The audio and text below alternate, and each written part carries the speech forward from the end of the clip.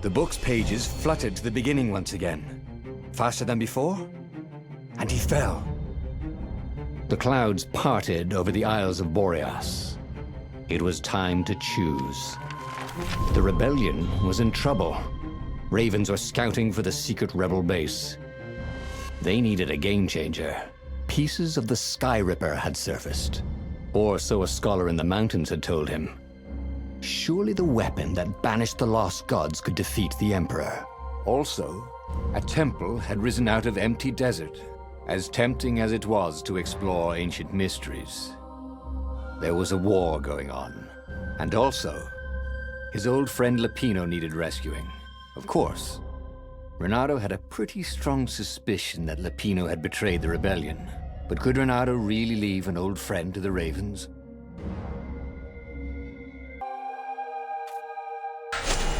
Ah, Lapino. Apparently, the Mad Rabbit had sold a Pegasus that he did not exactly own. Lapino always wiggled out of trouble, given time. But he was out of time. Lapino's frantic message said that the Ravens were going to kill him for being a rebel spy. And that he had a clever plan. If the fleet reached him first, they'd string him up for that. Never mind the winged horse. Or so Lapino had told him over the far speaker anyway.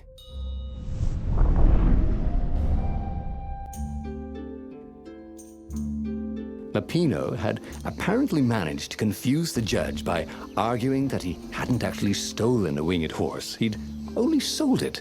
But wait, where was the prison? The village was empty. Had everybody fled the Ravens?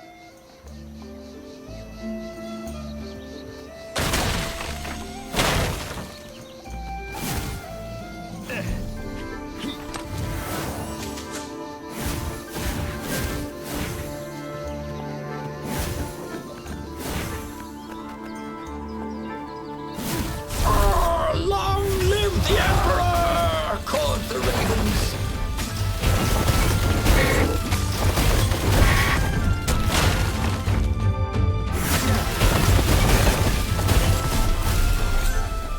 The Ravens had taken the town.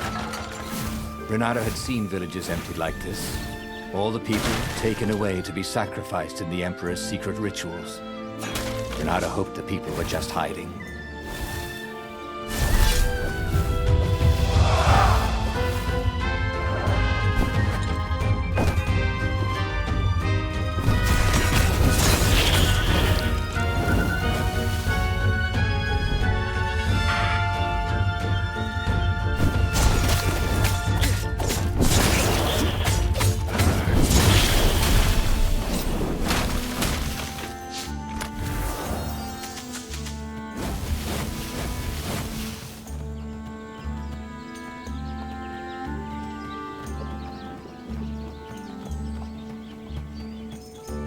The village looked so peaceful.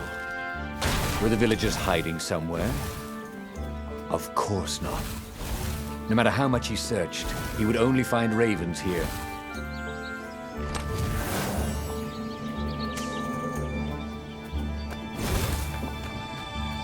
So that's what they meant by a firewall. What unlocks a firewall?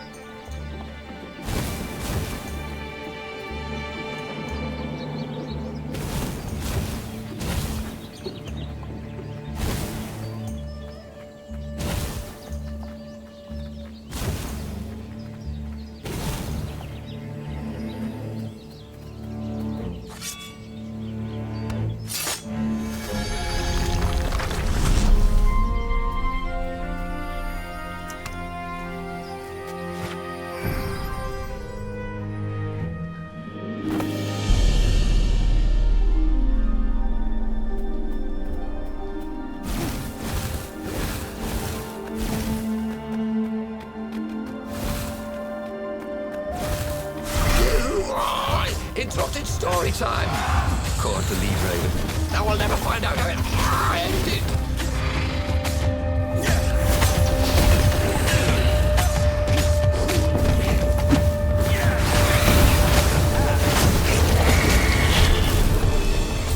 Ravens were landing everywhere. The advance guard. He'd better get moving. If they got to Lupino first, they'd eat him for breakfast. Or a snack. Ravens weren't picky. If they got hungry, they sometimes forgot to interrogate their prisoners. Even top spies like Lupino. Well, unless he really was a traitor, obviously. Then they'd probably pin a medal on his chest.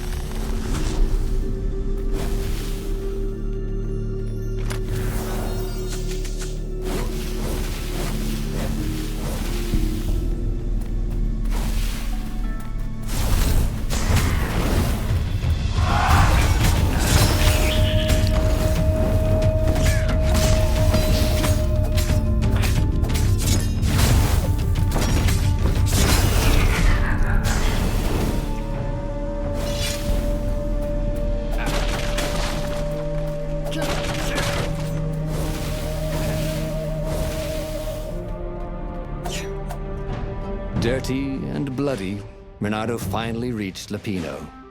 The rabbit was practicing his shuffle.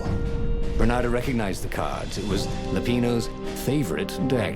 Oh, I thought you were in danger. I am. The ravens are coming. Oh, the prison thing. Right, yeah, we see this guard owed me 53 ducats, so we made a deal. They're very reasonable people, actually, for weasels. Now, I got a brilliant plan to kidnap Zenobia. We capture Zenobia, we find out what she knows, and that's the whole war right there. Easy peasy, lemon squeezy.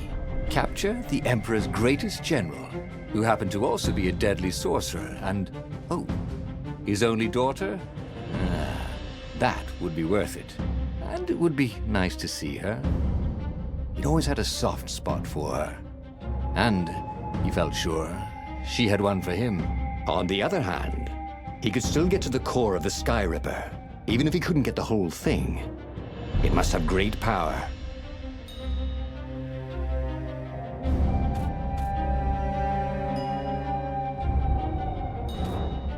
Zenobia wasn't just the Emperor's daughter, of course. She'd been Renato's best friend in Sword Fu school. And you're still mad for her, the rabbit reminded him. The rabbit had a point. And Renato had a feeling she'd want to see him again. Who knows what could happen between the two of them this time around? She knows all his plans, chuckled the master spy. She won't give them up easily. She'll tell the interrogators, all right, said Lupino. Taking her would change the game, all right.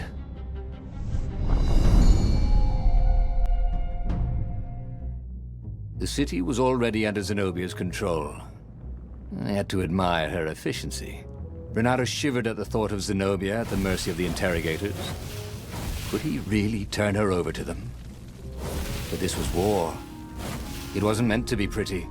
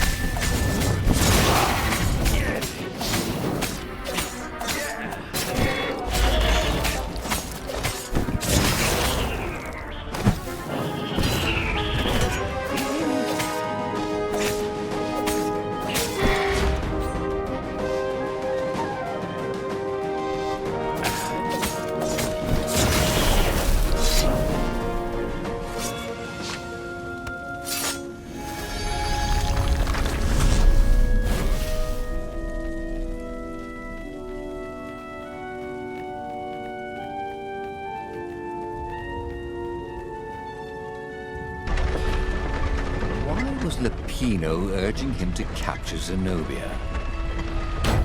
Obviously, it was a trap. But you never knew how Lupino thought. Sometimes his plans were so convoluted they did the exact opposite to what Lupino wanted.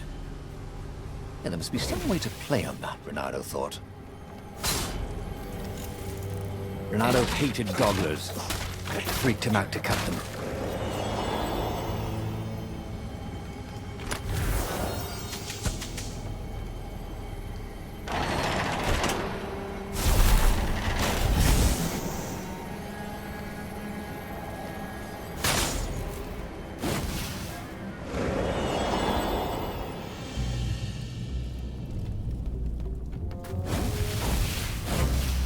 So, what's this plan of yours? Use me as bait. Said Lupino, and he outlined a slightly complicated plan that involved geese, a net, setting the Farfarer a little bit on fire, Lupino dressing as an old blind toad, and Renato hiding inside a monstrous watermelon. What could possibly go wrong? Thought Renato. Oh, this is gonna be fun, said Lupino, as he ran to go set up his marvelous plan.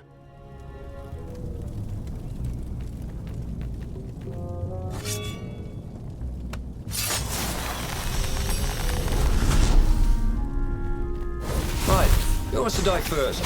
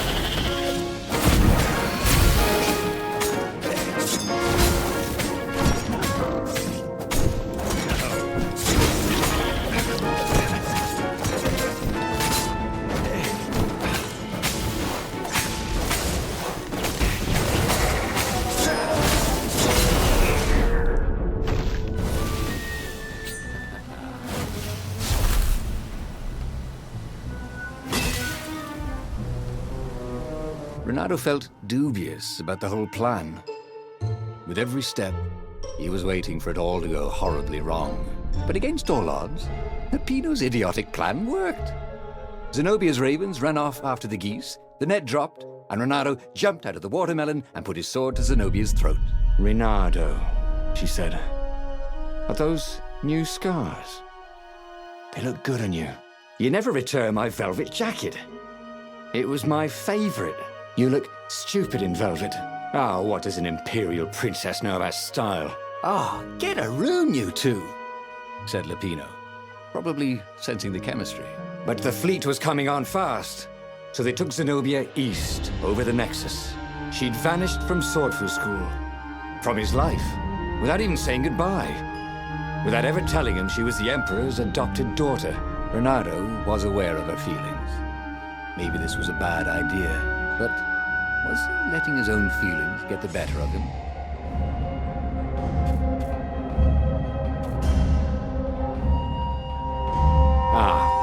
Lupino was right, Renato thought reluctantly. She knows things. She recognized his look. "You're taking me to the interrogators, aren't you?" she said, wide-eyed. And then she jumped, with horror. Renato saw Zenobia plummeting. Then he saw the Nexus below them. Cats always land on their feet. She'll head for the Imperial outpost, yelled Lupino. You have to catch her.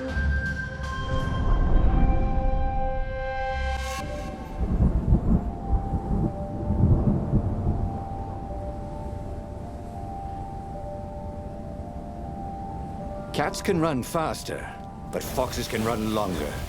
If he ran, he could head her off before she reached her minions at the outpost. Well, he did love a good chase.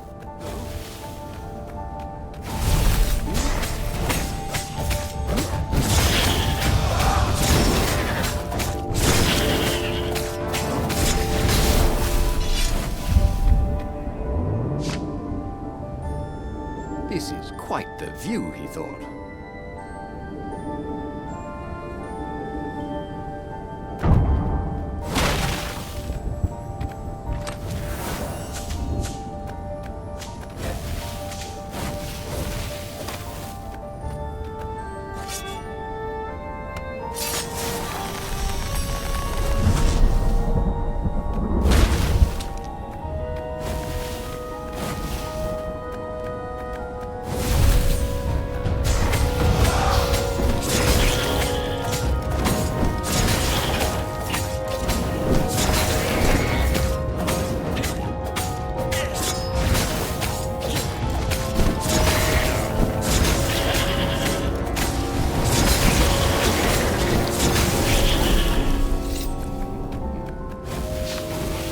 Closing on her. He smelled her fear. He tried not to think about the interrogators at the secret base. What they'd do to her. Maybe it didn't have to end that way. Maybe he could talk to her. But, after all, there were worse things the Imperials had done to friends of his.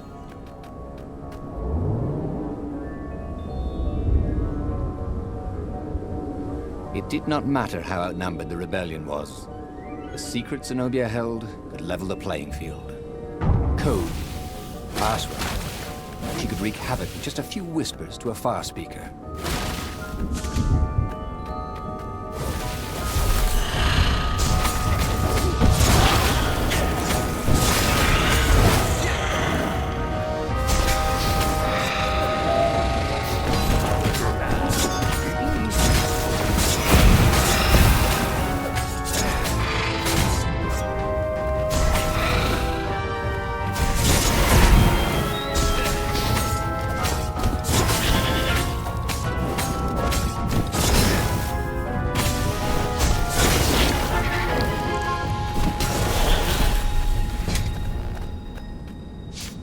Bernardo reached the outpost.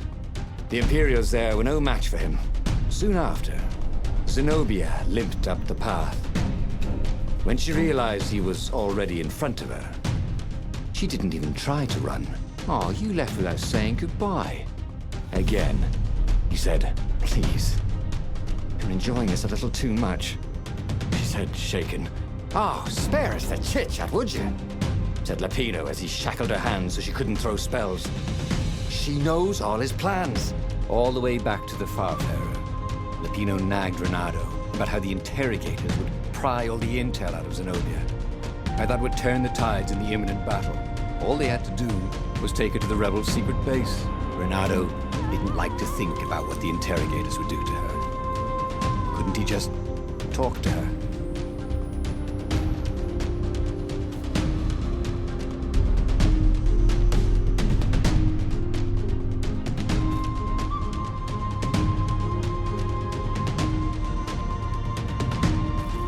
As they reached the ruins, Renato could see ravens everywhere, searching for the rebel base. They'd have to hide the Farfarer or go on foot. "What if we get separated?" asked Lapino, for once thinking ahead. "I'll show you a map to the base," Renato told Lapino. "Renato, don't do this," said Zenobia. "We were friends once. We..." "Shut it, witch, or I'll shackle your mouth too," said Lapino. See? Renato thought. There was no way Lapino was working for the Empire. He really hated Zenobia. And then, a few moments later, they touched down.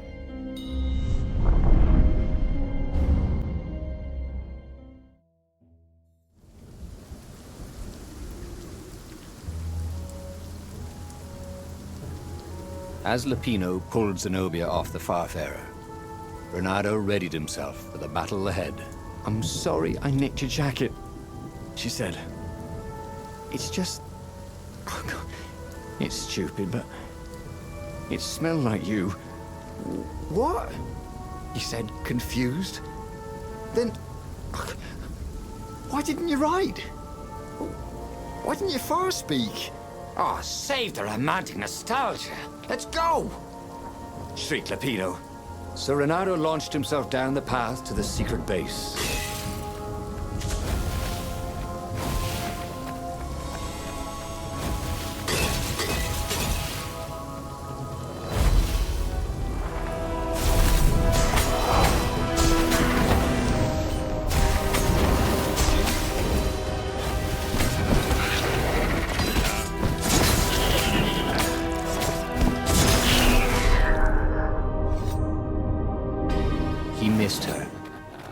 Zenobia, Hypatia, the kid's mother. Renato had never thought he'd date a librarian. He'd always figured himself for the barmaid type. But then, he'd never figured the library of Ubar would have comic books, or that Hypatia would know anything about them. He missed her.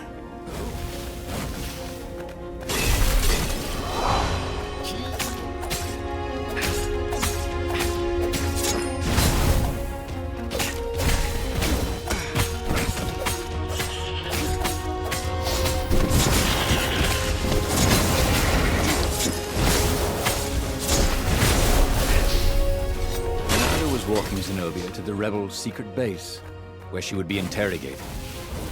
So, why was he feeling so scared?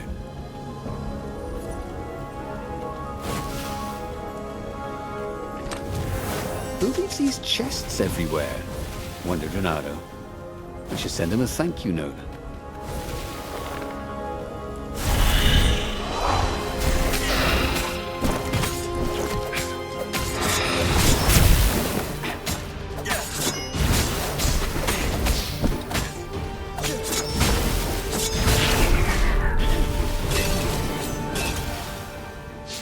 They caught their breath. It's beautiful, she said, looking at the ruins. This used to be the library of Ubar, he said. Before your father's ravens smashed it. Do we have to talk politics? She asked. That's not how I want to remember you, she said with an odd, wistful look at her face. She was as beautiful as she'd ever been, and as brave. Peppino huffed. They got back on the trail.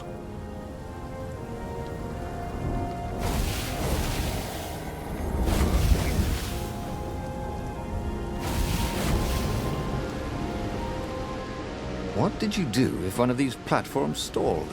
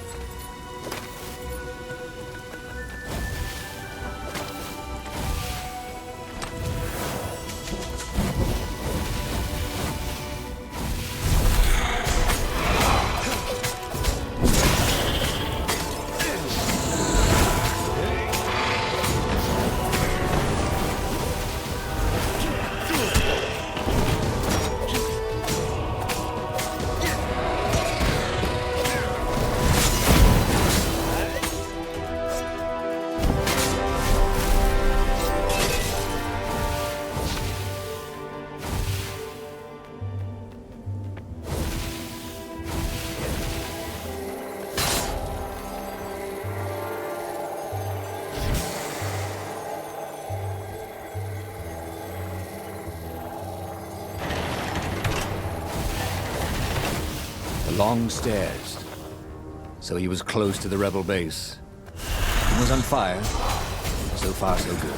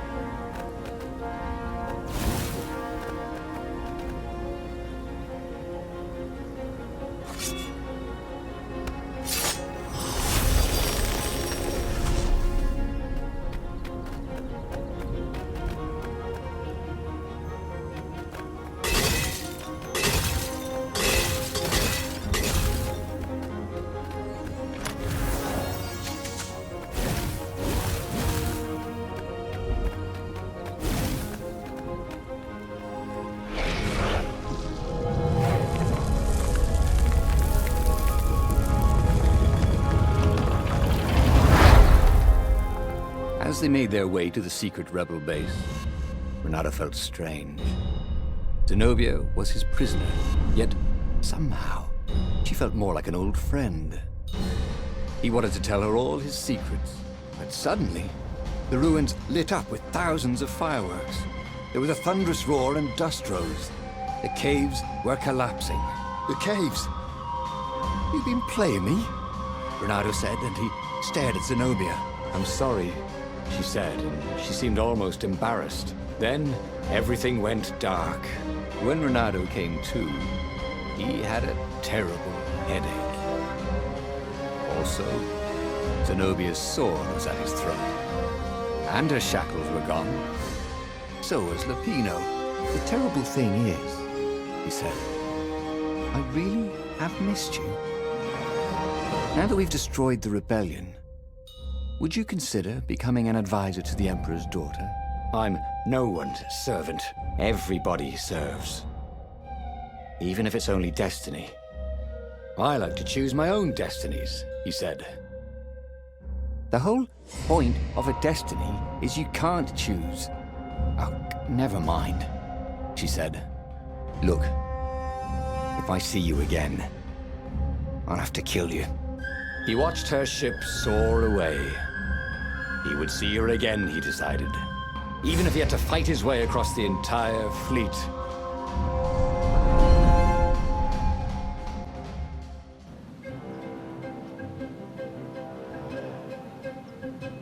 The Imperial fleet was cleaning up the few rebel remnants.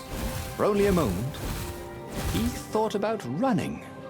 But heroes don't run, even when the world is against them.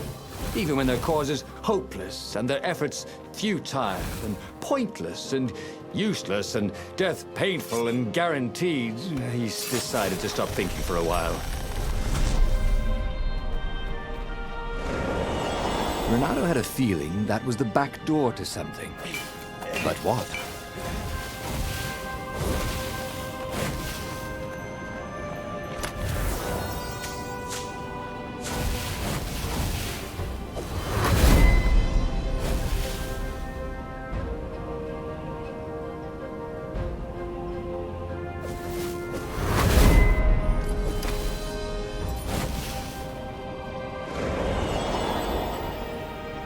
Renato's arm was sore, his armor wet with raven blood.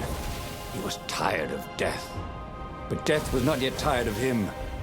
The rebels were losing. Badly.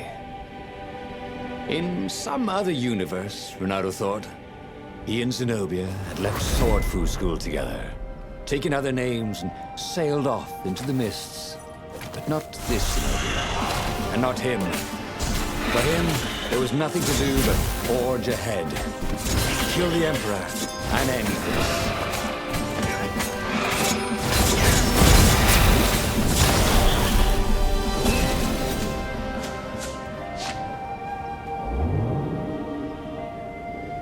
Imagine if you built a house on one of these things. That would be amazing. It would be like having a boat.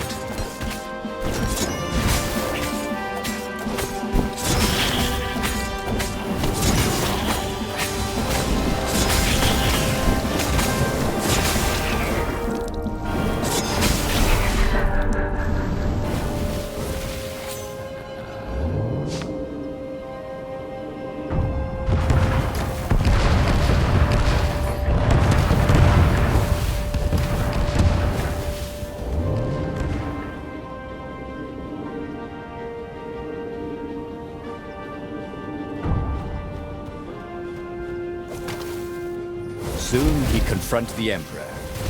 Again. This time, he'd make an end of him. He'd screwed up last time, but he had a good feeling about this time.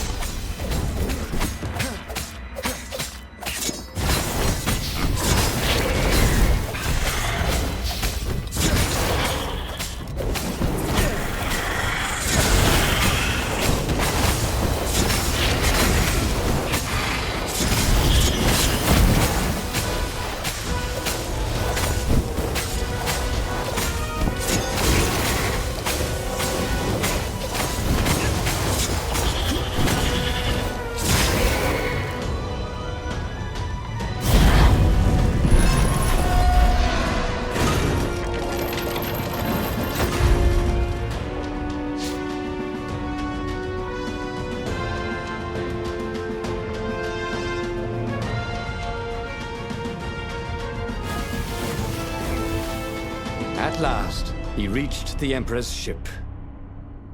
Zenobia was there. "Why'd you have to come back?" she said. "Guess I'm just serving my destiny." He shrugged.